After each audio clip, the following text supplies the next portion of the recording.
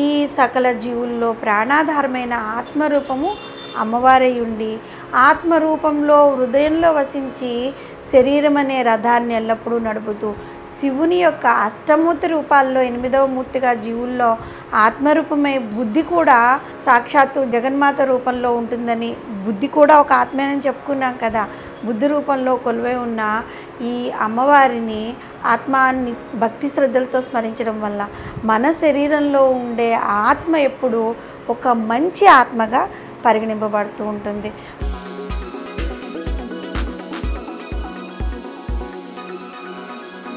శ్రీమాత్రే నమః. శ్రీ లలిత సహస్రనామంలోని 617వ నామము ఆత్మ. ఈ ఆత్మ అనే నామానికి అర్థం ఏంటి అంటే ఆత్మస్వరూపిణి లేదా ఆత్మరూపమే తానే ఉన్నది అని అర్థం వస్తుంది. ఇక్కడ మన అందరి సకల జీవులకు ప్రాణాధారమైన ఆత్మరూపం అమ్మవారై ఉంటుందన్నమాట. జీవుల్లో తల్లి గర్భంలో ఉన్నప్పుడు 7వ మాసంలో పరమాత్మ అతనిలో ఆత్మరూపంలో ఆ జీవి యొక్క బ్రహ్మరంధ్రం గుండా శరీరంలోకి ప్రవేశిస్తాడు. అప్పటి నుంచి మరలా ఆ జీవి మరణం వరకు జగన్మాత ఆత్మరూపంలో అక్కడ ఉండి శరీరము అనే రథాన్ని ఆ అమ్మవారు నడుపుతూ ఉంటుందన్నమాట. ఆత్మ యొక్క ప్రాధాన్యతను తెలపాలి అంటే శరీరంలో ఉన్న ఆత్మ అనేది లేకపోతే ఆ శరీరము మృత శరీరమే కదా. శరీరంలో ఆత్మ ప్రవేశించిన తర్వాత ఎన్ని లోటుపాట్లు శరీరంలో ఉన్నా కూడా ఆ వ్యక్తి గౌరవింపబడుతూ ఉంటాడు. అంటే శరీరంలో ఆత్మ ఉన్నంతసేపే ఆ శరీరానికి గౌరవం అన్నమాట. ఆ ఆత్మస్వరూపమే సాక్షాత్తు జగదంబ. ఆత్మ శబ్దముచే జీవుడు ఆత్మ శబ్దం చేత జీవుడు పరమ శబ్దముచే ఆ జీవుని పైన ఉన్న ఆత్మ చెప్పబడుతున్నాయి. ఆత్మ అనే శబ్దం వల్ల అతనికి జీవుడు అని, పరమ అనే శబ్దం చేత ఆ జీవుని పైన ఉన్న ఆత్మ అని చెప్పబడుతూ ఉన్నట. లింగ పురాణంలో ఏమని ఉంది అంటే అగ్ని యందు వివిధములైన విస్ఫులింగముల వలె ఆత్మ అనేబడే జీవులందరూ శివుని యందు ఉన్నారు. కాబట్టి అతడు పరమాత్మ అని చెప్పబడుతున్నాడు. అంటే అర్థం ఏంటి? ఇక్కడ ఈ ఆత్మ అనే జీవులందరూ శివుల్లో ఉన్నారు కాబట్టి శివుడు పరమాత్మగా చెప్పబడుతున్నాడు అని లింగ పురాణంలో ఉంది. ఇంకా శివపురాణానికి వస్తే శివునికి అష్టమూర్తులు ఉన్నారు. ఆ అష్టమూర్తులు భూమి అంటే శర్వుడు, నీరు అంటే భవుడు, అగ్ని రుద్రుడు, గాలి ఉగ్రుడు, ఆకాశం భీముడు, సూర్యుడు ఈశానుడు, చంద్రుడు మహాదేవుడు, జీవుడు పశుపతి అన్నమాట. ఈ అష్టమూర్తి రూపాల్లో 8వ మూర్తి రూపమైన జీవుడే ఆత్మ. ఈ ఆత్మ మిగిలిన 7 రూపాల్లోనూ వ్యాపించి ఉంటుంది. కాబట్టి శివుడు విశ్వరూపుడు అని శివపురాణంలో పేర్కొనుందనమాట. ఆత్మాయ నమః, ఆత్మలింగాయ నమః అని రుద్రాధ్యాయంలో చెప్తూ ఉంటాం కదా. అందువల్ల ఆత్మరూపంలో శివుడే కొలువై ఉన్నాడు అంటే శివాలకు భేదం లేదు కదా. అంటే ఆత్మరూపంలో మనం ఇప్పటివరకు అమ్మవారు ఉందని చెప్పుకున్నాం, అలాగే శివుడు కూడా కొలువై ఉన్నాడు అని చెప్పుకున్నాం. అంటే శివ వీళ్ళిద్దరికీ భేదం లేవు. అందుకే మనము నమో భవాయచ రుద్రాయచ అని ఆత్మకు పరమాత్మకు ఇద్దరికీ నమస్కారం చేస్తూ ఉంటాం. ఆత్మ అనగా పరబ్రహ్మమే. ఏది పొందునో, ఏది గ్రహించునో, ఏది విషయమును అనుభవిస్తూ ఉంటుందో, ఏది సర్వకాలంలోనూ ఉంటుందో అది ఆత్మ. ఆత్మ అంటే ఏంటి? శరీరం. వశిష్ఠ లైంగ పురాణాల్లో ఏమని ఉంది అంటే శరీరధారుల శరీరములన్నీ గౌరీ రూపాలే, శరీరులందరూ శివులే. అంటే శరీరాన్ని ధరించిన ప్రతి వాళ్ళు గౌరీ స్వరూపులే, శరీరమే శివుడు అని వశిష్ఠ లైంగ పురాణంలో ఉందని చెప్పుకున్నాం కదా.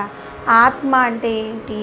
దేహము, మనస్సు, బ్రహ్మ, స్వభావము, బుద్ధి అన్న అమరకోశంలోని అర్థములను తీసుకున్నప్పుడు మానవుల్లో బుద్ధి కూడా ఒక రకంగా ఆత్మరూపమే అవుతుంది. అందుకనే దేవి సప్తసతి యందు దేవి సర్వభూతముల్లోనూ బుద్ధి రూపంగా ఉంటుంది అని చెప్పారు. ఆత్మకు పరమాత్మకు భేదం లేదు కదా. అందువల్ల మంత్రపుష్పంలో కూడా తస్యాహ శిఖాయ మధ్య పరమాత్మ వ్యవస్థిత అంటే అగ్ని జ్వాలల మధ్య పరమాత్మ స్థితుడై ఉన్నాడు అని వివరించింది. ఆత్మను గురించి గీతాచారుడైన శ్రీకృష్ణ పరమాత్మ భగవద్గీతలోని 2వ అధ్యాయమైన సాంఖ్యయోగంలో 22, 23 శ్లోకాల్లో ఏ విధంగా వివరించారు అంటే, ఏ విధంగా మానవుడు జీర్ణ వస్త్రములను త్యజించి నూతన వస్త్రాలను ధరిస్తాడో, అంటే పాత వస్తువులు చిరిగిపోయినవి, పాతవి మాసిపోయిన వస్త్రాలని ఎలా మనం త్యజించి కొత్త వస్త్రాలు ధరిస్తూ ఉంటామో, అదే విధంగా జీవాత్మ పాత శరీరాన్ని వేడి నూతన శరీరాన్ని పొందుతూ ఉంటుంది. ఆత్మను శస్త్రాలు ఏమీ చేయలేవన్నమాట. అగ్నిలో కూడా అది కాలదు, నీటిలో తడవదు, వాయువు ఆర్పలేడు ఆ ఆత్మని. ఈ విధంగా ఆత్మ ఉంటుంది. ఇంకా 4 వేదాలు ఆత్మ గురించి ఏ విధంగా చెప్పాయి అంటే, ఋగ్వేదంలో ప్రజ్ఞానమేమో బ్రహ్మం ఏంటి? శ్రేష్టమైన జ్ఞానాన్ని ఇస్తుంది. యజుర్వేదంలో అహం బ్రహ్మాస్మి అని అంటే నేనే బ్రహ్మముగా ఉన్నాను అని చెప్పింది. సామవేదంలో తత్వమసి, ఆ బ్రహ్మము నీవై ఉన్నావు అని సామవేదంలో ఉంది. అథర్వణ వేదంలో ఏం చెప్పారు? అయం ఆత్మ బ్రహ్మ అంటే ఆత్మయే బ్రహ్మము అని. ఈ 4 మహావాక్యాల్లో కూడా బ్రహ్మము అని ఉంది కదా. ఇదంతా ఆత్మ గురించి చెప్పినవే. ఆత్మ సచ్చిదానంద స్వరూపము. ఒకసారి ఆదిశంకరాచార్యులు కాశీనగరంలో గంగానది స్నానానికి వెళ్ళేటప్పుడు దారిలో ఒక చండాలుడు 4 కుక్కల్ని వేసుకుని ఎదురవుతాడనమాట. అప్పుడు శంకర్ల యొక్క శిష్యులు అడుదప్పుకో అన్నారనమాట. ఆ చండాలుడు ఏమన్నాడంటే, ఈ సర్వ జగత్తుకు మూలమైన అన్నం నుండి నిర్మితమైన ఈ శరీరము చండాలుల్లోనైనా బ్రాహ్మణుల్లోనైనా ఏ విధంగా పనిచేస్తుంది? మీరు అడుతొప్పుకోమంటున్నారు కదా, కనిపిస్తున్న నా ఈ శరీరాన్న లేక లోపలున్న నా ఆత్మన అని ఆ చండాలుడు అడిగాడు. ఆ మాటలన్నీ విన్న వెంటనే శంకరులకి అంతరార్థం గ్రహించి, సాక్షాత్తు పరమశివుడే 4 వేదాలతో వచ్చాడని గ్రహించి మహాదేవుడిని మనీషా పంచకం, ఆ మహాదేవుడి మీద మనీషా పంచకం అనే 5 శ్లోకాలని స్తోత్రం చేశారు.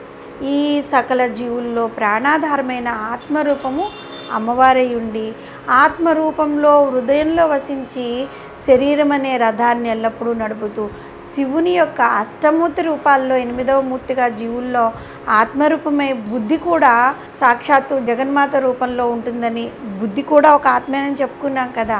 బుద్ధి రూపంలో కొలువై ఉన్న ఈ అమ్మవారిని ఆత్మాన్ని భక్తి శ్రద్ధలతో స్మరించడం వల్ల మన శరీరంలో ఉండే ఆత్మ ఎప్పుడు ఒక మంచి ఆత్మగా పరిగణింపబడుతూ ఉంటుంది.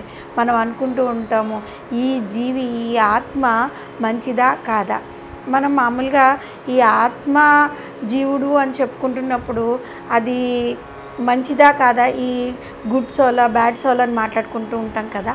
ఆ విధంగా ఆ ఆత్మ మంచిదా కాదా, అది చెడ్డదైనప్పటికీ పూర్వజన్మ కర్మల యొక్క ఫలితం వల్ల అది చెడ్డదైనప్పటికీ కూడా అమ్మవారి నామాల ద్వారా అది మంచి ఆత్మగా మంచి జీవునిగా పరిణతి చెందుతూ ఉంటుందన్నమాట. శ్రీమాత్రే నమః.